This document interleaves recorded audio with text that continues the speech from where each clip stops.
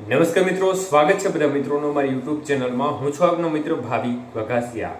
તો મિત્રો, ખાસ કરીને આ વિડીયોના માધ્યમથી આપણે વાત કરવાની છે હાલની સક્રિય સિસ્ટમોની સ્થિતિ શું છે અને આજે ગુજરાતના કયા કયા વિસ્તારમાં વરસાદની સંભાવનાઓ છે, સંપૂર્ણ માહિતી જોઈએ તે પહેલા જે પણ મિત્રો નવા છે તે ચેનલને સબસ્ક્રાઇબ કરી લેજો। તો મિત્રો, સિસ્ટમની સ્થિતિ જોવા જઈએ તો કચ્છ ઉપર એક cyclonic circulation, weak cyclonic circulation system જોવા મળી છે, અત્યારે જોવા મળી રહી છે। અને ખાસ કરીને ગઈકાલે જે well-marked low pressure system Odisha અને પશ્ચિમ બંગાળ નજીક હતી તે થોડી આગળ વધી હવે આ સિસ્ટમ ઓડિશા અને તેને લાગુ ઝારખંડના ભાગો નજીક આવી ગઈ છે। આવતી 24 કલાકમાં આ સિસ્ટમ છે તે થોડી નબળી પડી અને લો પ્રેશરમાં ફેરવાઈ જશે। તો મિત્રો, ખાસ કરીને છેલ્લી 24 કલાકની અંદર વરસાદની ગતિવિધિ છે તે અનેક સેન્ટરોમાં સારી એવી જોવા મળી છે, જેમાં મોરબી, સુરેન્દ્રનગર જિલ્લો છે તેમજ બોટાદ, અમરેલી, ભાવનગર જિલ્લાના ભાગો છે તેમાં વરસાદની ગતિવિધિ સારી એવી જોવા મળી। રાજકોટ જિલ્લાના ભાગોમાં પણ સારો વરસાદ જોવા મળ્યો અને આપણે ગઈકાલે આગાહીમાં કચ્છના ભાગોની શક્યતા વ્યક્ત કરી હતી, તો તે રાપર, ભચાઉના ભાગો છે તેમાં પણ ખૂબ સારો વરસાદ અનેક સેન્ટરોમાં જોવા મળ્યો હતો।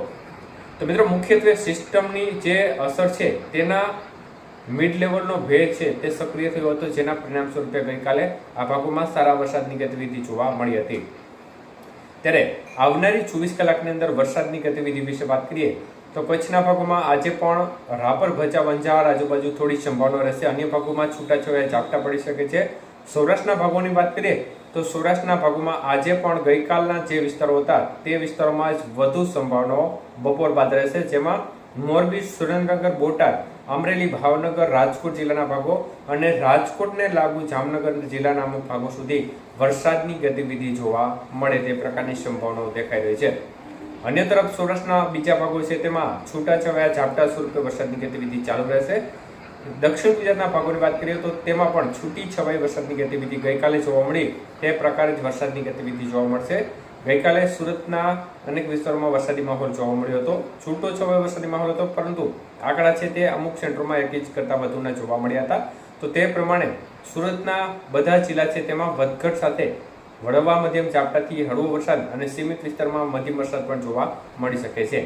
તો તે પ્રમાણે જ મધ્ય પૂર્વ ગુજરાતના ભાગોમાં પણ છૂટી છવાઈ વરસાદની ગતિવિધિ જોવા મળે, ક્યાંક ઝાપટા પડે તો ક્યાંક હળવો મધ્યમ વરસાદ જોવા મળે, જેમાં અમદાવાદ, ગાંધીનગર, ખેડા, નડિયાદ, વડોદરા, ગોધરા, દાહોદ, પંચમહાલ, છોટાઉદેપુર સહિતના ભાગો છે તેમાં છૂટાછવાયા ઝાપટાથી ક્યાંક હળવો વરસાદ પડી જાય, અમુક સીમિત વિસ્તારમાં મધ્યમ વરસાદ પડે।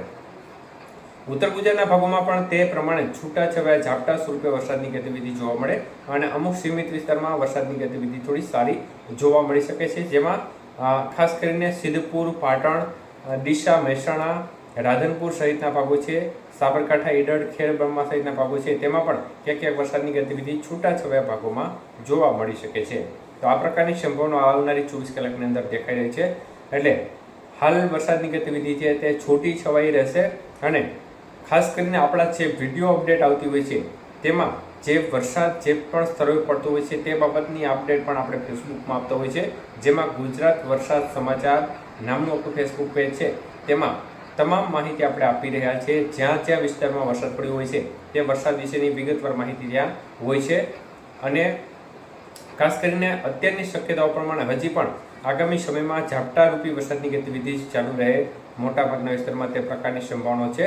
એટલે કોઈ પણ મિત્રોએ પર્સનલી ગામના નામ સાથે માહિતી ના પૂછવી, કારણ કે અત્યારે કોઈ મોટા વરસાદની શક્યતાઓ આપણે અગાઉ કહ્યું તેમ હજી પણ ભારે વરસાદનો રાઉન્ડ નથી, હાલ ઝાપટા સ્વરૂપે જ વરસાદની ગતિવિધિ આપણે ધારણા રાખવી। આ તો કચ્છ નજીક QSC છે જેના પરિણામ સ્વરૂપે અમુક વિસ્તારને સારો વરસાદનો લાભ મળી રહ્યો છે, બાકી મોટાભાગના વિસ્તારમાં ઝાપટારૂપી વરસાદની ગતિવિધિ જોવા મળશે હજી 4-5 દિવસ સુધી।